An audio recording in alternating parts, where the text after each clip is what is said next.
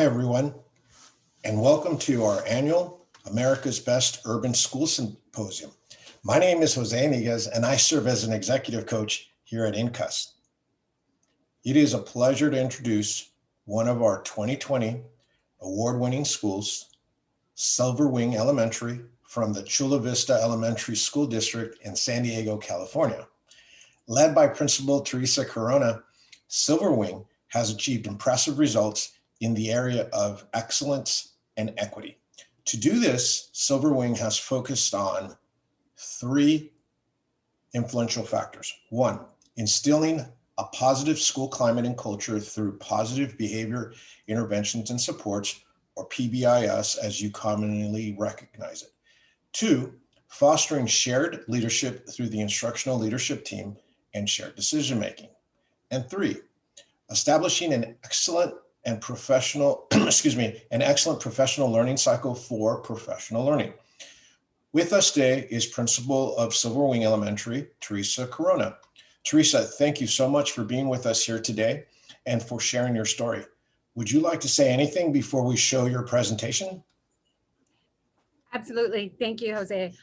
Good morning to everyone. And before we run the video, I do want to share with you that this was done by a team. Although I am presenting by myself today and the video is done just by me, that there is a whole village of people with me that are part of the magic that we do here at Silver Wing. So I want to give credit to my staff, to my community in doing what we do here at Silver Wing. Thank you, Jose.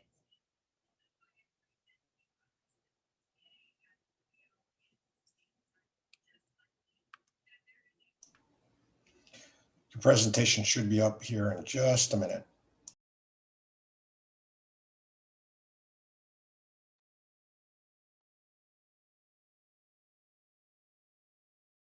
Whenever you're ready. Hello, and welcome to my office here at Silver Wing Elementary School.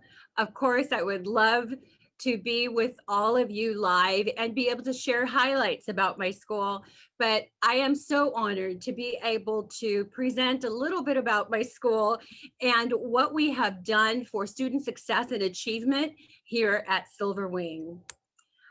I would love to begin with just a little bit about my school. Silver Wing Elementary School is located in South San Diego. In this picture, taken from our parking lot, I really want to point out that there are two things that you can see from our parking lot. One is the Pacific Ocean, and the other is Mexico. Mexico is less than 5 miles away from Silver Wing, and we do enjoy that border culture, and many of our students are have roots and lives in both countries, both Mexico and the United States. Our school is mainly Hispanic Latino. 85% of our students are in that category. And then we have small percentages of other ethnicities within our school, but our majority is Hispanic Latino or Latinx. 84% of our students come from low-income families, and 52% of our students are students that are emergent bilingual students. So those are some of our demographics that impact the work we do and the decisions that we make here at Silver Wing. Part of what we do at Silver Wing, and part of what has been a piece to our school achievement, is promoting a positive transformational school culture. Here at Silver Wing, we are the Falcons, and we promote that we are a Falcon family, a family of students and teachers and staff all working together to make Silver Wing the best school that it can be. Being the home of the Falcons, since 2017, in the 17-18 school year, we have focused on implementing positive behavior intervention and support. The words that we live by as Falcons here at Silverwing are respect, responsibility, and safety. And one more, which is kindness. So here at our school, part of that positive culture comes from living these values in all areas of our campus. You can see here some examples of where we teach how it looks to be respectful, responsible, and safe in different parts of our campus, our auditorium, our walkways, our library, our bathrooms, our office. Um, it, it is a big part of what we do to have a positive culture here at Silverwing. A positive culture most definitely impacts student achievement. And you can see here, this is our interior walkway to our school.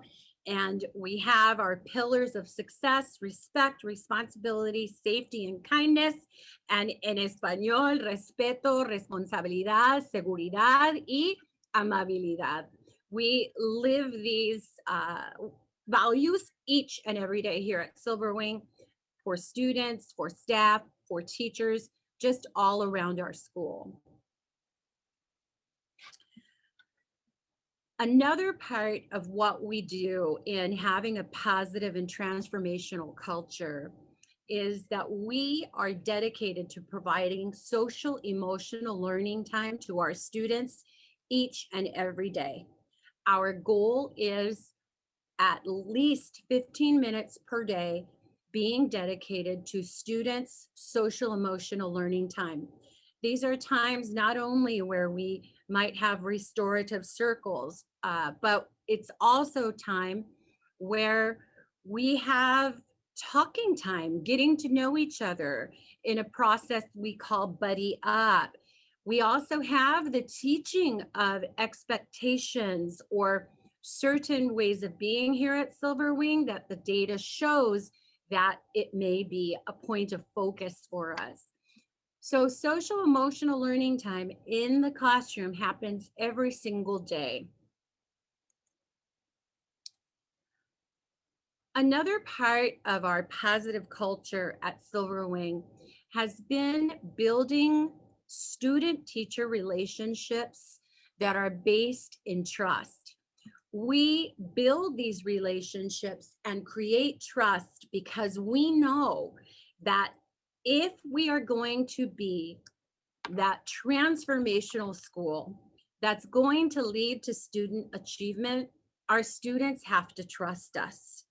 So we have been dedicated to building relationships with students and creating trust here at Silverwing, and I'll share some ways that we have done that. Part of my work as a school leader is to really know my students and know their names. I know that my school might have 400 students, and some of you may have schools with students in the thousands, but I do know principal colleagues that do whatever it takes to know their students. It means so much to students when you know their name, when you know who they are, when you know something about them. So that has been key. Now, I shared with you how I've done that as a principal, knowing my students and knowing their names. But we took that school-wide, beginning in the 17-18 school year. We engaged in a process of who do you know and what do you know about them for all of our students in the school. What we found is that before we did this, students were building trust maybe with their classroom teacher, maybe with me as the school principal or some of our support staff. But we wanted to carry this trust and this relationship building to all of our students. So we engaged, first of all, in the picture on the left in the 17-18 school year. We put out lists of all of our students in the school. And then we went around with specific colored markers. The marker meant who we were. Uh, if we knew the child, we put a dot. And if we knew something specific about them outside of school, we put on another dot. Now, you can imagine that before this became a focus, our classroom teachers knew the names of their own students, and maybe they knew at least one thing about them outside of school. But when we went outside the classroom, there were very few dots. And I'll share with you that our students that often get in trouble, those were the students that were known.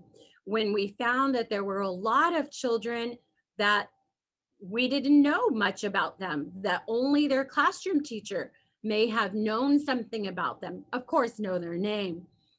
But in that 17-18 school year, we took this data, and the picture on the right shows the 18-19 school year and how it improved. You can see just from the amount of dots that our interactions with students most definitely improved about knowing their name and knowing at least one thing about them. So what we did as a school was we were committed to moving beyond our own classroom roster.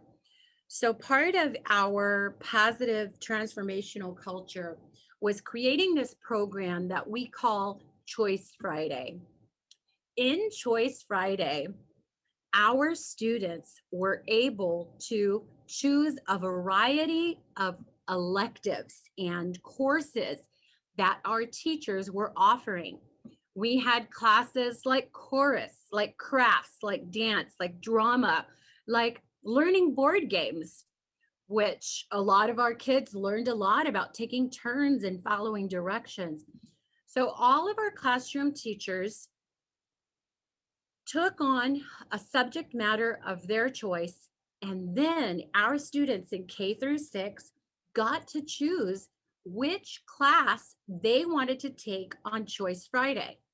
And this was a way that we started to open up our school, that it was all of us as staff and teachers that were here to guide our students, that it's not just your classroom teacher that can help you and support you, that it's all of us.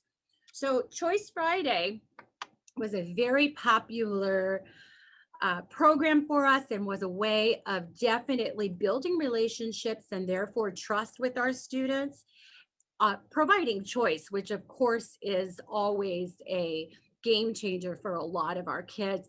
But it really helped us to get to know all of our students and to know who they are, and something about them was a big part of transforming our culture. So we make sure here at Silverwing also to celebrate our students. We have things called shout outs, and in these shout outs, we have a big giant wall in our multi-purpose room. And in that multi-purpose room, any staff member can write a shout out for different students. So I write them, teachers write them, support staff write them, and students just can't wait to see their name up on those shout out slips. We do this as part of recognizing students and making sure that they feel recognized and appreciated. That's been a part of transforming our culture as well. A second component of our success here at Silverwing has been providing engaging and effective instruction. I am so fortunate to have a group of teachers that are absolute superheroes. And part of what we do here at Silverwing is that we have had shared leadership from day one that I entered my leadership position here at Silverwing. I was walking into a very established staff.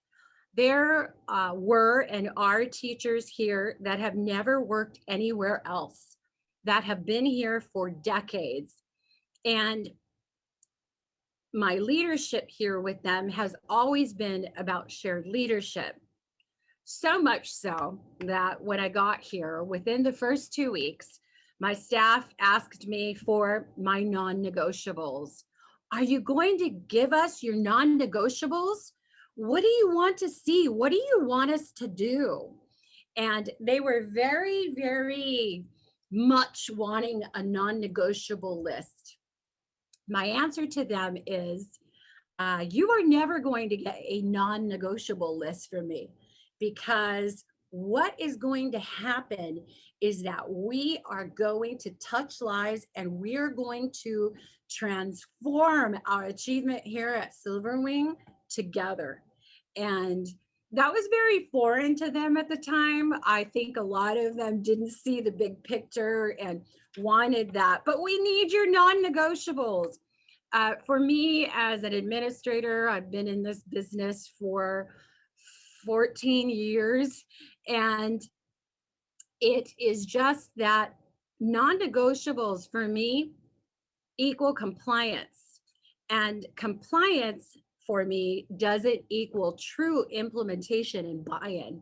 So the non-negotiable lists did not come out, and they have never gotten one of those. I would say that they do know my one non-negotiable is you've got to respect kids. So even though I say there isn't any, there's not a list, but respect for kids is probably definitely one of them. So we didn't have a non-negotiable list. So what did we have instead? What we had was an instructional leadership team. As professionals, this group of teacher representatives from grade levels are really part of the work and the decision making that happens here at our school in order to move our students forward. So it is definitely not top-down leadership. It is definitely shared leadership that has brought our achievement here to Silverwing. So from our instructional leadership team is where our work in professional learning cycles began. We began our work centered around conversations and discussions. I had shared with you earlier that a large percentage of our students are Hispanic, Latinx, but a large percentage, about half of them, are also English learners. Most of those Hispanic, Latinx students are also bilingual, even though they may not have been classified as an English learner. So we began our work centered around conversations and discussions in the 2017-18 school year. And we worked to create and agree upon quality indicators for conversations and discussions. We did this first as an instructional leadership team, and then we rolled this out to our staff.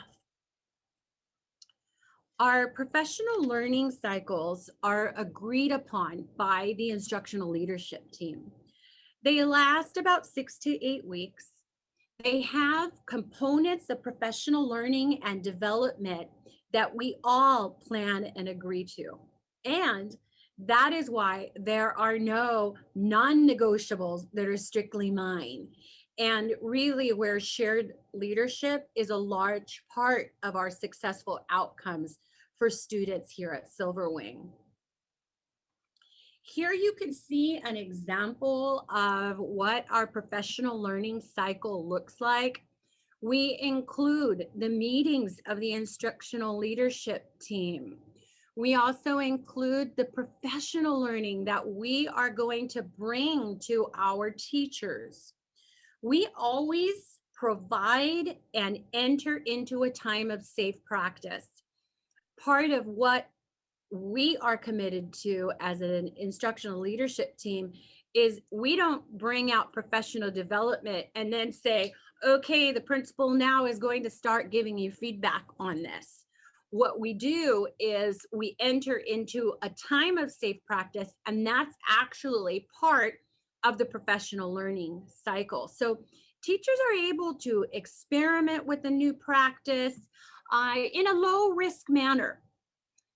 We always include professional reading related to whatever it is that we're working in our professional learning cycle. And then we get to a part of opening up classroom practice where there's peer observation and reflection. I believe that that's been a big key of our achievement and success, is that teachers do provide observation and reflection to each other. Then we do enter in the professional learning cycle. We do have collaborative planning time. I will speak about collaboration and how it has also impacted our achievement in further in this presentation, but collaboration does get incorporated into the professional learning cycle. And then we have a time where we monitor, measure, and modify our implementation. So here you could see in this chart all the parts of the professional learning cycle that we engage in to push our work forward and ultimately to affect student achievement. I had shared with you that in the 17-18 school year, we began with an agreement of quality indicators. And these are our quality indicators for conversation and discussion that include teacher behaviors, student actions, and the environment actions. What would you, well, actually not environment actions, but environment, what you would see in the classroom environment related to conversations and discussions. I'm sharing with you here on the screen our quality indicators for conversation and discussion. But in different professional learning cycles, we have created quality indicators for whatever it is our focus has been on. For example, we have quality indicators for mathematics, particularly conceptual understanding in mathematics. We have had quality indicators for social emotional learning. So quality indicators, like I shared here, I'm showing you the ones on conversation discussion, but this piece is key to building our understanding of the different areas of professional development that we've engaged in. This is an example I wanted to share with you that even in virtual learning, and I know some of you may be in person instruction, but here at Silverwing, we have been in virtual learning since March 13th and have continued that way. I just wanted to share with you that our professional learning cycle has also continued during distance learning. This is our professional learning cycle for student engagement in distance learning, which is what we are focusing on right now. So you can see there our plan, all of the components are there, and it is part of what we have continued to do in order to have success for our students. These are the quality indicators for student engagement during distance learning. I just wanted to share them with you because we have created quality indicators that are based on the professional learning cycles. Like I shared with you, we create different quality indicators for our different areas of focus. I wanted to share a little bit with you about opening up classroom practice. The professional learning cycle includes plans for how we as staff, as teachers, are going to open up our classroom for reflection, observation and reflection. Observing teachers, even virtually, is key. One of the things that we had to do was we had to do a lot of work centered around trust within our organization in order to do this. We started very small and very much in a safe manner and grew our practice as trust was built. I do want to share with you a little bit about trust. I had shared with you that this staff was very established with each other, and many have been here a long time, or this has been their only school. So, what we did was there could be one kind of trust, like, oh, I trust you to let's go out in the dinner group, or I trust to take a trip to Thailand with you. But there's a different kind of trust that needs to be built within the organization in order to have positive experiences with opening up classroom practice and giving feedback and reflection. Right here on the screen, you see our definition of trust and what we are going to ensure to do for our students. Um, Although this definition of trust looks maybe very simple to some of you, I want to share with you that we spent a lot of time talking about trust, what it looks like, creating this definition, scratching out words and putting in others in order to come to an agreement of what trust is here at Silverwing. So it went beyond, let's say, those trips or hanging out with each other. It really needed to be a school organization trust that we created. So we did that, and were able to definitely work with our staff to feel more comfortable about peer observation or about opening up their classroom practice. Here you see an example of what might occur in a peer observation. We have used the ghost walk protocol, where you enter a classroom when there's not a teacher there and not students there. So you are looking for evidence of the quality indicators absent the teacher and the students.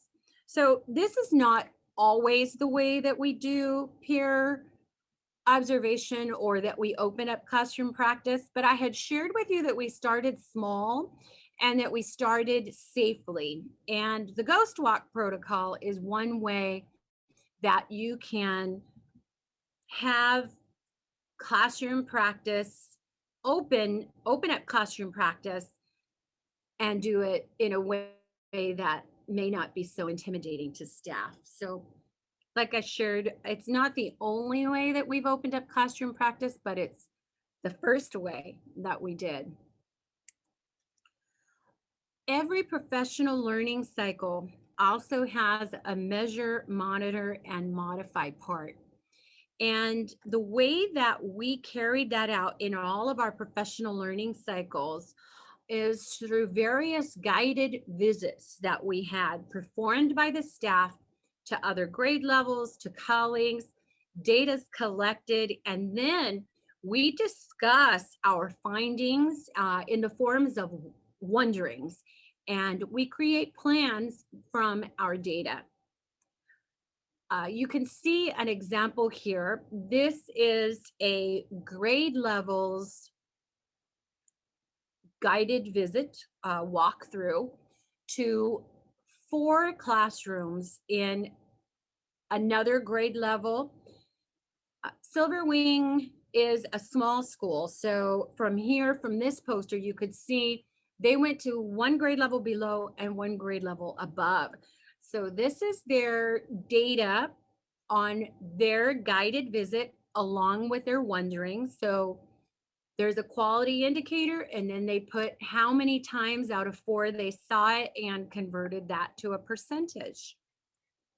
This is another example of some guided visit data along with some wonderings. This one, the team visited 5 classrooms. Again, when did they see it? How many times they saw it, converting that to a percentage. along with wonderings. So when we gather this type of data, we do get together, we put all of our data together and come up with how we are doing at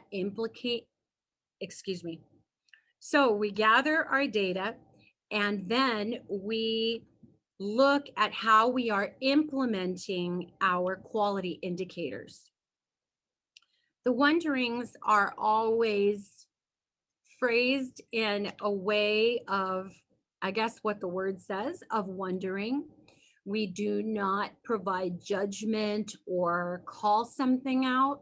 What we do is frame our questions and maybe our doubts, and maybe we didn't see something, but we always phrase it in a wondering way in order to have non-judgmental feedback for our staff and to work from a positive place centered around our quality indicators.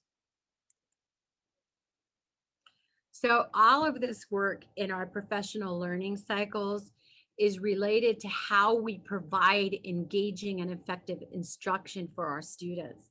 All of those professional learning cycles have to do with what we are going to do as professionals, what we are going to engage in, what feedback we are going to give to each other, and what in the end through the guided visit are we going to monitor, measure, and modify, because it's all about our students and it's all about providing that engaging and effective instruction for them.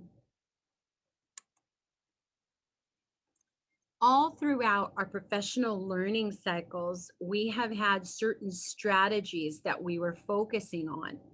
In particular, with the conversations and discussions quality indicators, high impact language strategies, as you see here, impacting our students and having that engaging and effective instruction is what is key through these high impact language strategies. So using strategies like see, think, wonder, color, symbol, image, concept mapping, the strategy of chalk talk, and I used to think, but now I know. So these are just some examples of some high impact language strategies that we've used here at Silverwing.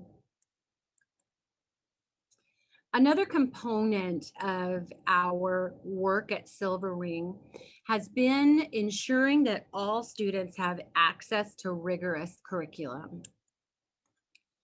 And key to that rigorous curriculum is teacher collaboration. Silverwing teachers are provided with 3 hours of in-school collaboration time every other week. The work is mainly teacher-driven. I allow my teachers to be the professionals that they are and do not drive the work, mostly. One of the things that I make sure to do is, of course, I know what's going on in collaboration. I know that they have norms and agendas and team roles, but I remove myself from being the facilitator, being the one that's driving the work, being the one that's coming up with the ideas, because I find that the magic of teacher collaboration happens when we let it happen. So I don't want to sound like it's willy-nilly, go off and have these 3 hours and spend it at the coffee shop. It does have structure to it. They do provide notes and action plans to me after the collaboration meeting. But the magic happens when I let my teachers collaborate. So that collaboration is key. Let me share with you a little bit about what goes on in collaboration. During that collaboration time, teachers work together to plan intentionally, and I'll talk a little bit more about that. They create assessments, they can look at data, They discuss the implementation of the current professional learning cycle. If you recall from the professional learning cycle chart that I shared, there is time for teacher collaboration built into the professional learning cycle. They also look at student work with a lens on our target students. They engage in planning also for what are we going to do for students needing additional support. They plan for re-engagement. One of the ways that has been successful here at Silverwing at looking at data with the target group lens is this example that you see in front of you. This is just an example of what goes on in a grade level. You would see a lot of these data tickets on these colored charts for the entire grade level. But these data tickets look like this. They identify who the student is, and those circles down at the bottom are where we put in color indicators to identify our students. So perhaps they're an English learner and they would get a circle filled in. Maybe they are an at-risk English learner, long-term English learner.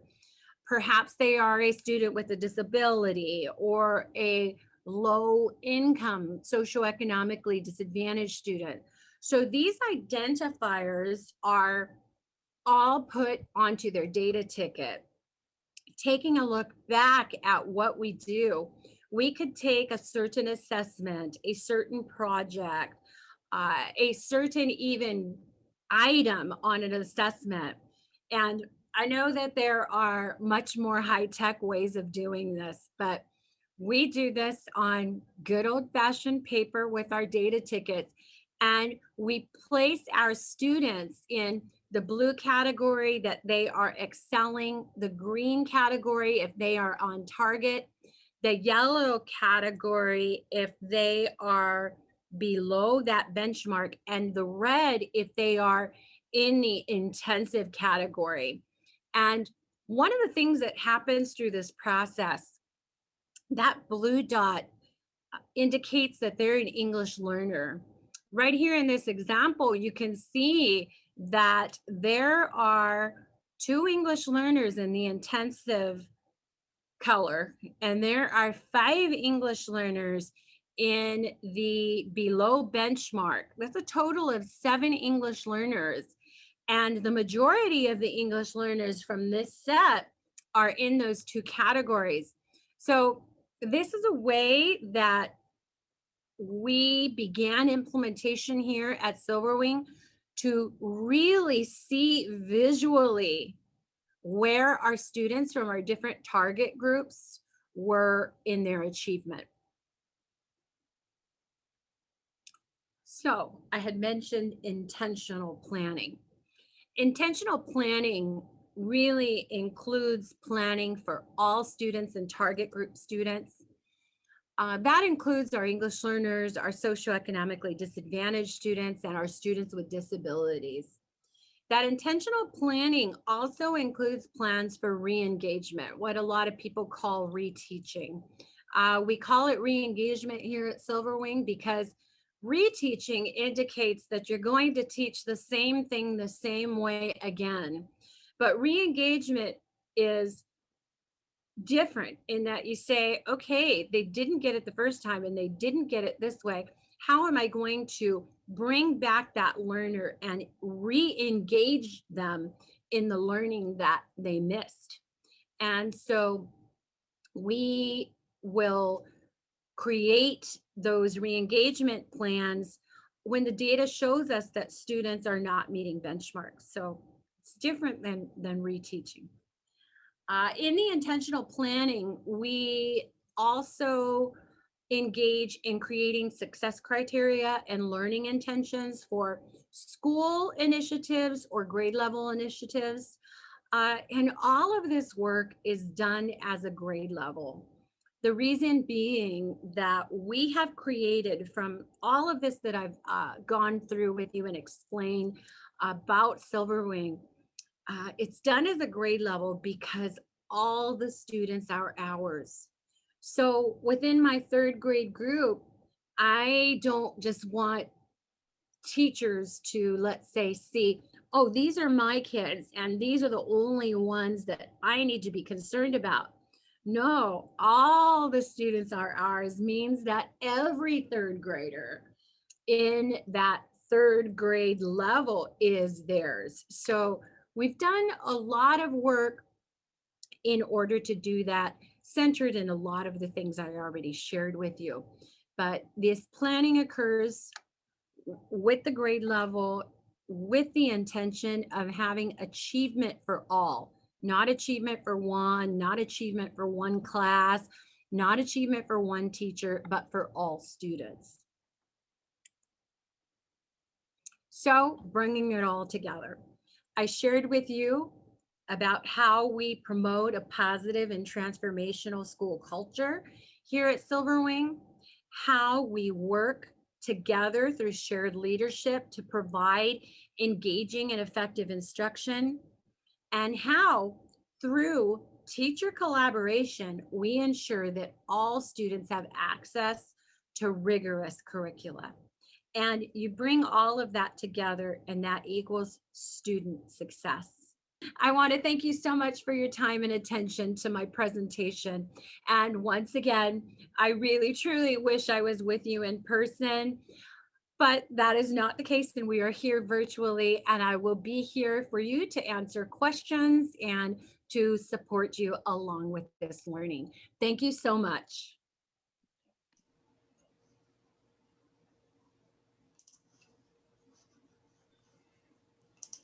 Wow. Thank you so much, Principal Corona. Truly impressive and inspiring. We will now open up the session for questions. I will begin as I look over at some of the questions with the first one.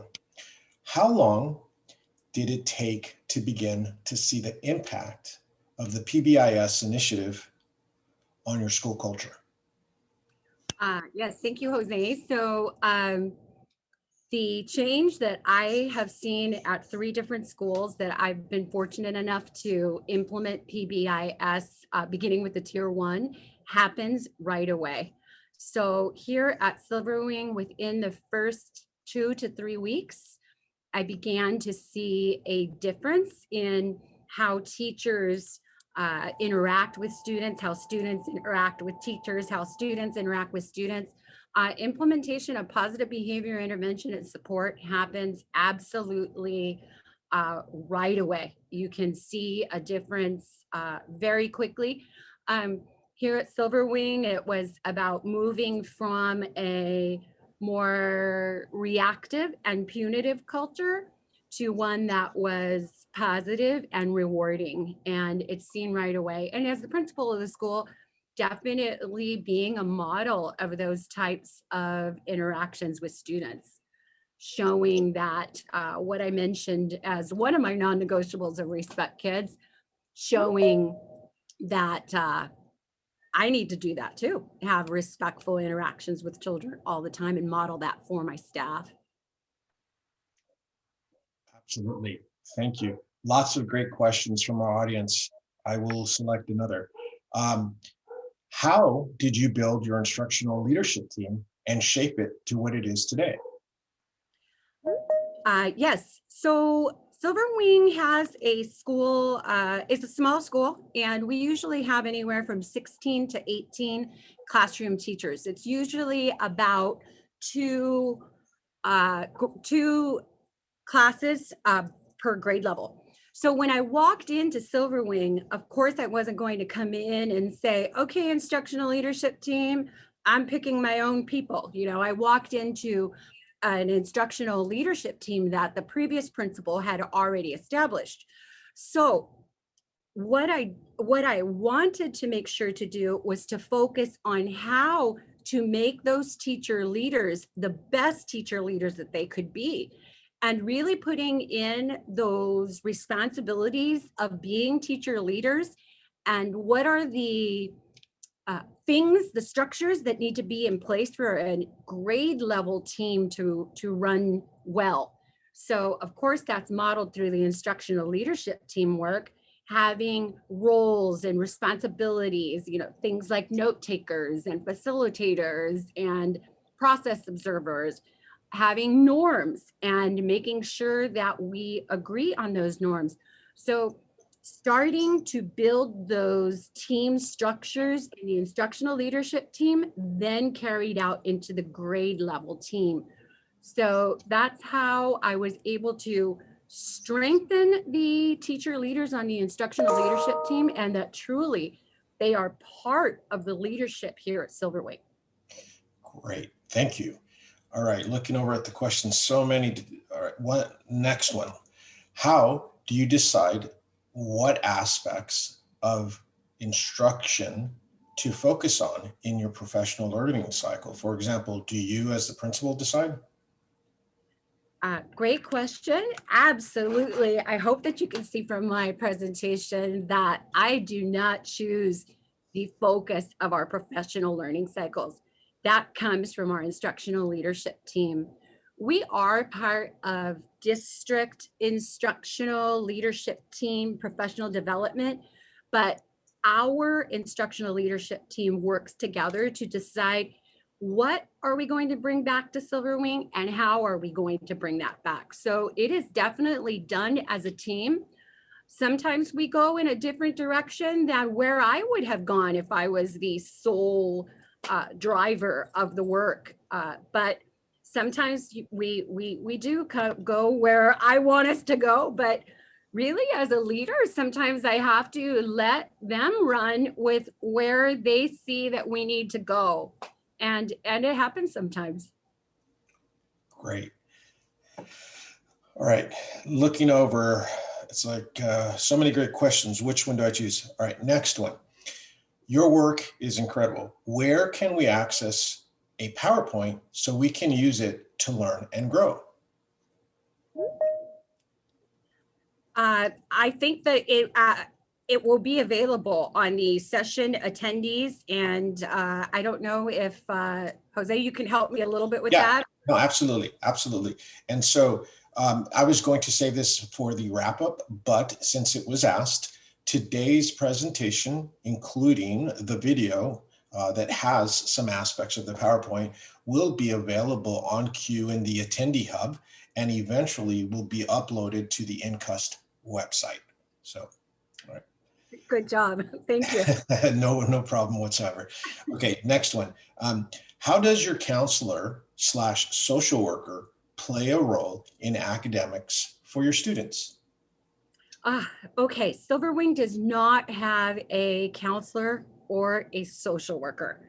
So we have a district social worker that would help if we had foster students, when we do have foster students, but that is on a case-by-case basis. So we do not have a certified counselor or a certified dedicated social worker.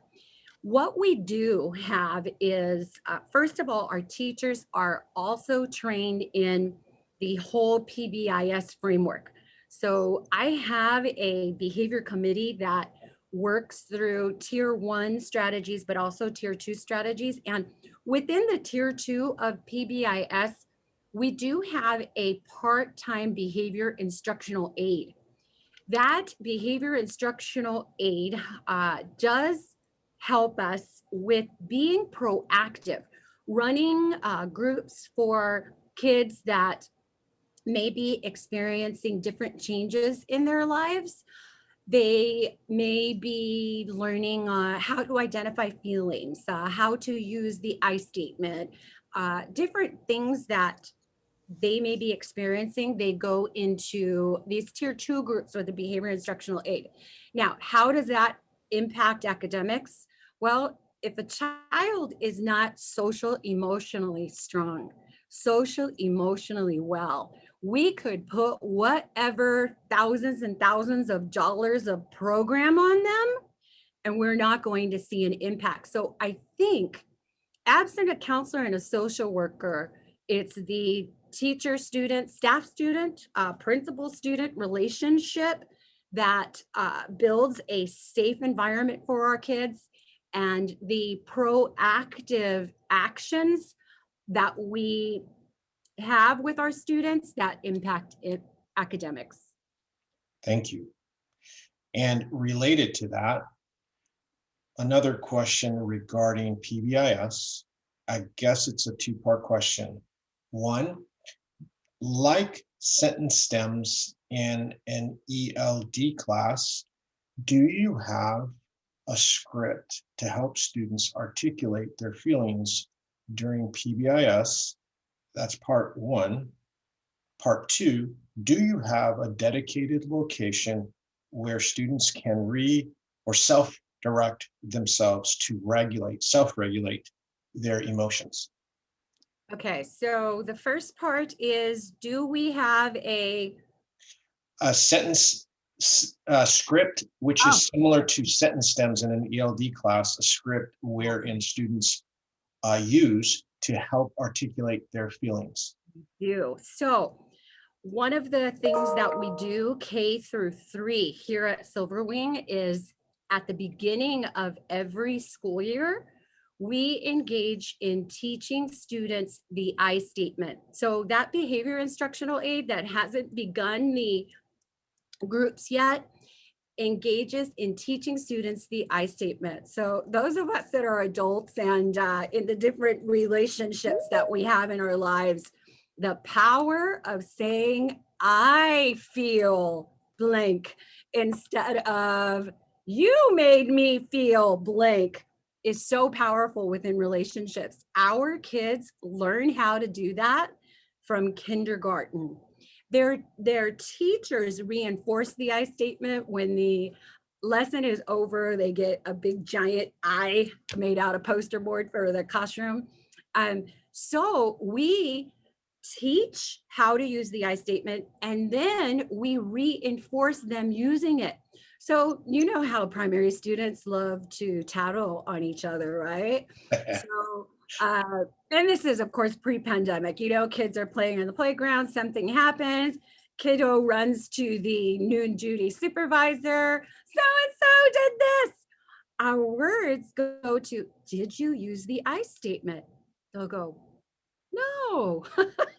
And they run and use the I statement, and most of the time the problem is solved. So yes, we do have that stem. And as far as for identifying feelings, we also will use a variety of methods to teach feelings in tier 1.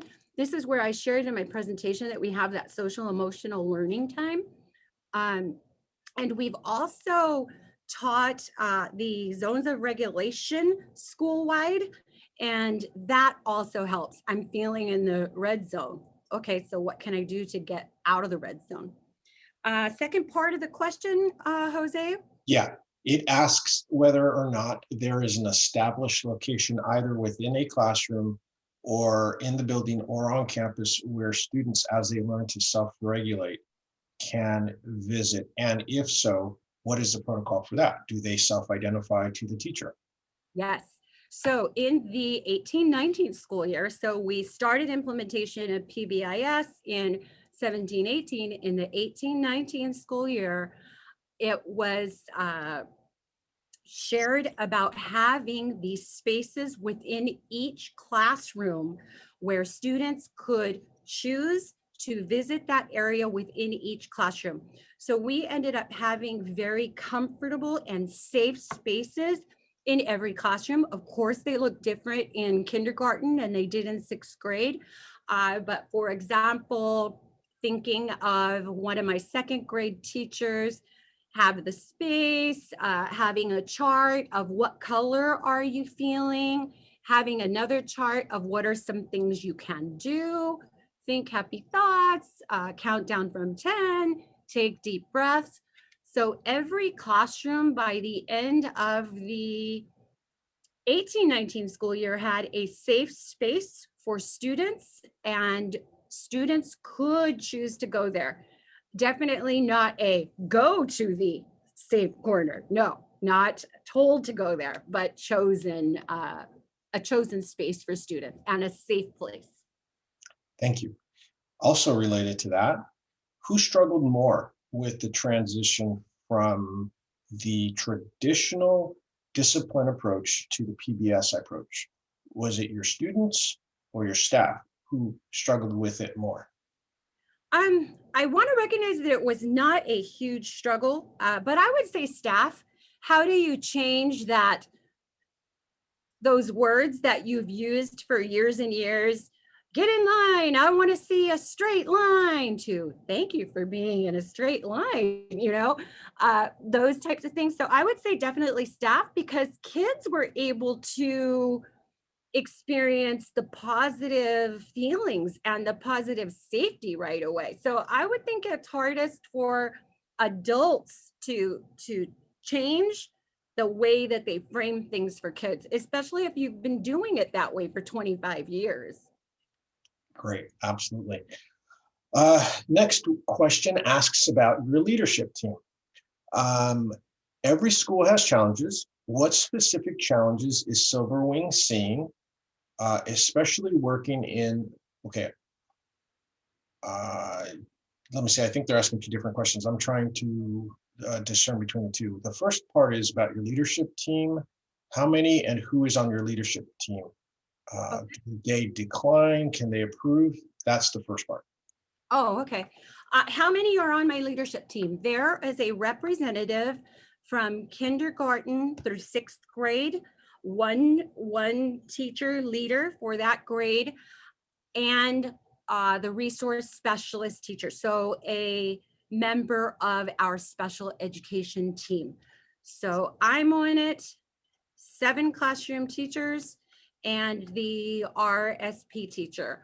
Silverwing unfortunately lost our resource teacher this past school year, but she was also part of this magic that happens at Silverwing on the instructional leadership team, but we are without her this year.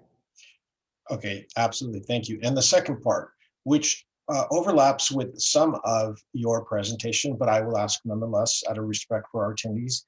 Every school has challenges. What specific challenges is Silverwing seeing, especially working in your unique community where students come from families who have roots in Mexico and the US? How are you dealing with some of these challenges? Wow.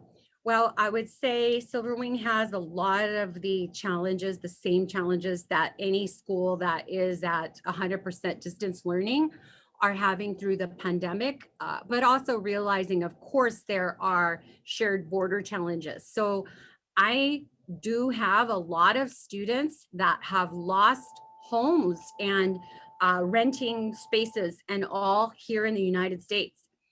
So I do have students that their economic conditions have changed drastically and they have had to go live with relatives in Mexico or they've got a foot in both spaces. It's just a reality of the pandemic. Of course, connectivity. How do you connect to students? And this is not outright I'm living in Mexico or I'm staying in Mexico because our kids usually don't disclose those things, that's something that they're fearful of, but we can see. But connectivity, a lot of our programs don't go through firewalls that are in Mexico, and a lot of these living situations are just temporary. It's because of the pandemic. So definitely that. I don't know about other schools, but the problem that we see at Silverwing, we had a lot of children where Silverwing was their safe place. Silverwing was the place that they could flourish, that they knew was safe for them, that they knew the routines and structures, and they knew there's people there that care about me. Now, we have tried to recreate that in the distance learning environment, of course, but it's not the same. Putting that barrier of distance learning has definitely changed. So student engagement is an issue. It's part of our professional learning cycle, the current one that we're in right now. And of course, to student safety, the amount of students that I see that are alone and if you caught my superintendent's presentation earlier this morning, We Yes. had done a lot to address obesity and overweight in our district schools.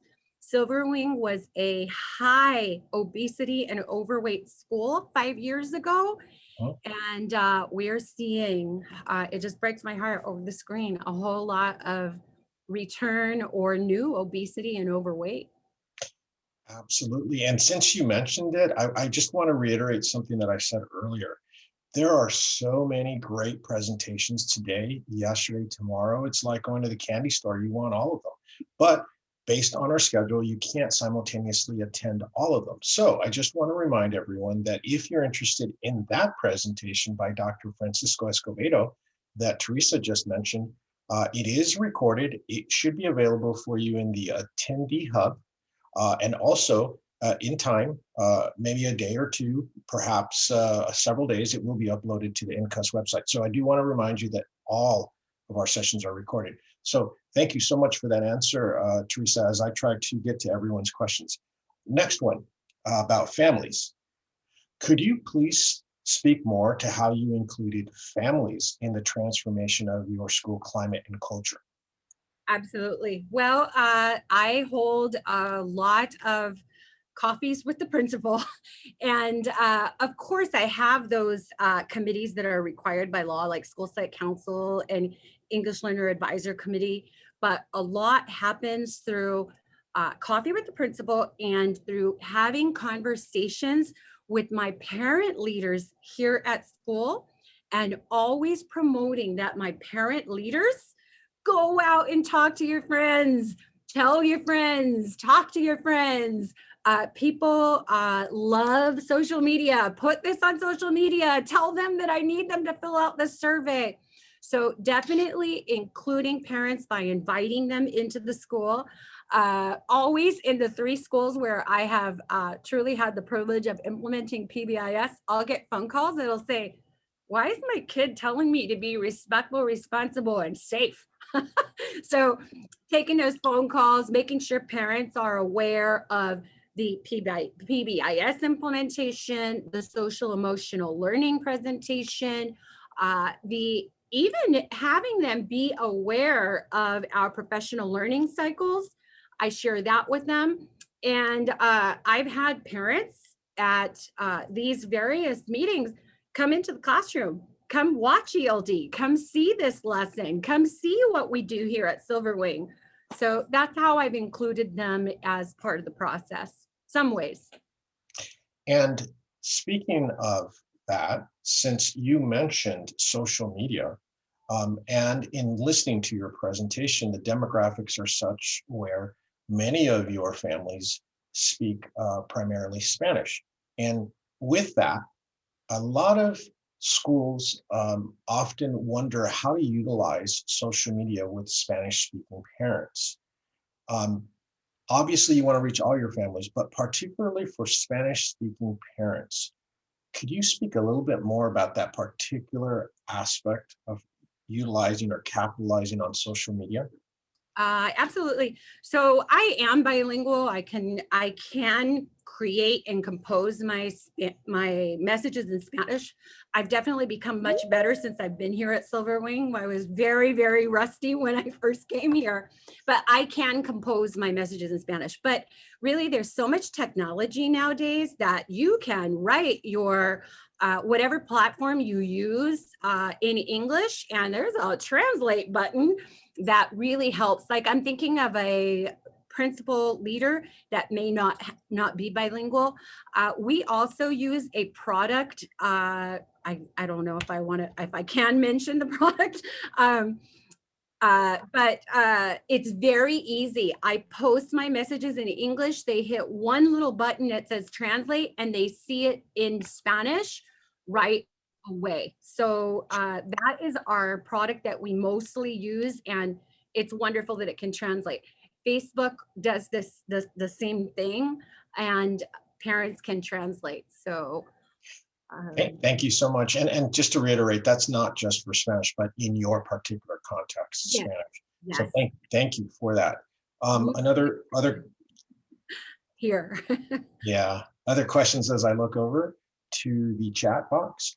In your presentation, You discussed how your staff was established, at least when you got there, and that you made clear to them there were not going to be any quote unquote non-negotiables. You also mentioned establishing an authentic level of trust among staff, that is to say, a systemic level of trust, if you will. Was there a particular moment or incident that stands out in your mind to when you knew that your staff authentically trusted you? Trusted me? Was that trusted me? Or Yes, trusted you in what you were saying. That is to say, you're new and you're saying there are no non-negotiables and that you want us to trust you but as what happens with many staff, especially those who are established, since you were new to the school, was there a moment, at least that's what I'm assuming they're asking, was there a particular moment or incident where you knew internally, okay, now we trust each other? I think that this did not happen overnight. We had the situations where teachers outright said, I'm not going to let so and so in my classroom, and we had to have those tough conversations. I would say that we got to that point of trust after quite a few cycles of the professional learning cycle. I'm talking into late 18, 19, which was my second school year here. So, at first, when you're going to have your peers provide you with feedback, maybe you're going to be very scripted. They're going to come in at exactly this time, and I'm going to do this, and and after about 2 years of the cycle, it became much more comfortable. Like, oh, the team is coming in. So I would say a defining moment, if you recall in my presentation, I shared with you that after we do guided visits, we share wonderings. And at the end of the 18-19 school year, when I could see that the wonderings were comfortable, that the people that provided the wonderings weren't nervous, and the people getting the wonderings weren't nervous, and that we were all in this staff professional development room together going, this is who we are, this is what we saw, and here's what we're going to do, because we create actions from the wonderings. So I would say a couple of years and about 5 to 6 professional learning cycles. Great, thank you. Very, very useful. Helps sort of contextualize everything that you were saying. You also mentioned that teacher collaboration is teacher-led. So you also mentioned that as a result of that teacher collaboration, teachers provide you with notes and highlights. Does that mean you are not present during the meetings? Question number one. And question number two, what do you do with those notes and highlights? Yeah. So we do follow a collaboration note set piece that guides teachers with what the protocols and the structures are. I am present sometimes, but I will often not be present because I want my teacher leaders to run with what the instructional leadership team has done. I've seen that sometimes teacher collaboration, because sometimes who we are as principals, we just want to get in there and like start solving it and telling people this is what we're going to do. And I feel, and this might be out of the ordinary, I have to let my teachers teach. I have to let my teachers come up with solutions. I can't be in there giving the ideas of Teresa Corona solely, and this is how we're going to do it. So I am often, quite often, not there, or I will do a check-in and say, hey, what are you planning and all, and they run with it. Like I said, perhaps out of the ordinary, but it's worked. And as far as what I do with the agendas, I take a look at what their work was. One of the parts of our team notes are glows and grows. As silly as it might sound, I read those glows and grows because it tells me a lot about where a teacher is. What are you considering a glow? Tells me where you might be in the classroom. What you consider a grow tells me where you are in the classroom. They also have a section where they have questions for me. So I respond to those questions as well. So I know what's going on. And a lot of times I'll speak with my instructional leadership team leader and be able to guide that work somewhat. So, somewhat we have ideas of what we're going to do in our teacher collaboration time, but um, Love it. let your teachers teach, let your teachers be professionals. Love it. Glows and grows. Love it. So we are on a time limit to make certain that everyone has the opportunity to attend the other sessions. And so with that, before we wrap it up, we have time to squeeze in one more question. And that is, how do your Gen Ed teachers and your SPED staff collaborate to provide services for students? Yes. Okay. I have a wonderful resource specialist teacher here at Silverwing. We do not have a special day class for any of our grades here at Silverwing. I have in my past schools. But our resource specialist teacher is an amazing individual who I think has like more hours in the day than most of us. I think she is very, very skilled at having very focused conversations about her students with the Gen Ed teachers Huh? and making plans for those students. So she does meet, she can pop into different collaboration sessions. She is part of the instructional leadership team, and we provide both push-in and pull-out services. We don't solely have one type here at Silverwing. It's based on student need. Thank you so much for that. And I'm not done saying thank you to you, but just let me say a few things to the audience and then I will come right back to you. So folks, as I mentioned, we want to make sure that we allow at least 50 minutes between the end of this session and the next to allow you to choose from your next sessions. But before I mention that to you, one of the important takeaways from today's presentation that we hope, among the many that we hope you take away, is that the zip code in which your school is located or the demographics of your school do not in any way preclude in any way equitable or excellent results. For example, Teresa mentioned the demographics of her school. And so please don't think in any way that demographics or your neighborhood or your zip code in any way dictates the results of your students. And so with that, I will mention for the third time that all of our sessions are recorded. They should be available for you on cue in the attendee hub, as well as eventually on our INCUS website. So if you didn't get a chance to, for example, catch this morning session with Teresa Superintendent, Dr. Francisco Escobedo, we highly recommend that. And in a similar vein, coming up in the next time slot, that would be 11 a.m. Pacific Coast time, there's a presentation by one of our 2015 America's Best School winners, Maplewood Richmond Heights High School, located in Maplewood, Missouri. You may be interested in that. Also in the next session, there is a presentation from another 2020 award winner. That would be AX Benavides Elementary in Brownsville, Texas. Please check your schedule for other presentations. Finally, please don't forget, it would help us tremendously because we rely on your feedback to complete an evaluation for this and other presentations. The form will be emailed to you, but you don't need to complete more than one form because all of the sessions are listed in that one form.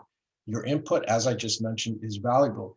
And as a bonus, don't forget, as an incentive, if you submit your evaluation by Monday, you will be eligible for a $200 Visa gift certificate. Yes, a $200 Visa gift certificate. So with that, once again, Principal Teresa Cardona, we cannot say thank you enough for your time, not only in making the presentation, but being here with us today during these hectic times. Thank you so much You are very welcome. And post-pandemic, so I welcome calls and visits. We've hosted a lot of visitors here at Silverwing, and post-pandemic, you are welcome to visit this wonderful place. It is a great school, and I would love to share the magic that we do. And before I go, Yeah. I shout out to my staff. I Yes. presented alone, but no way did this work alone and do this work alone. So shout out to them. Silver Abs- Falcons. Absolutely. Thank you so much. So with that, thank you, everyone. And with that, we will now transition you over into the next session. Thank you so much, everyone. Have a good Have a one. great day. Thank you. Bye.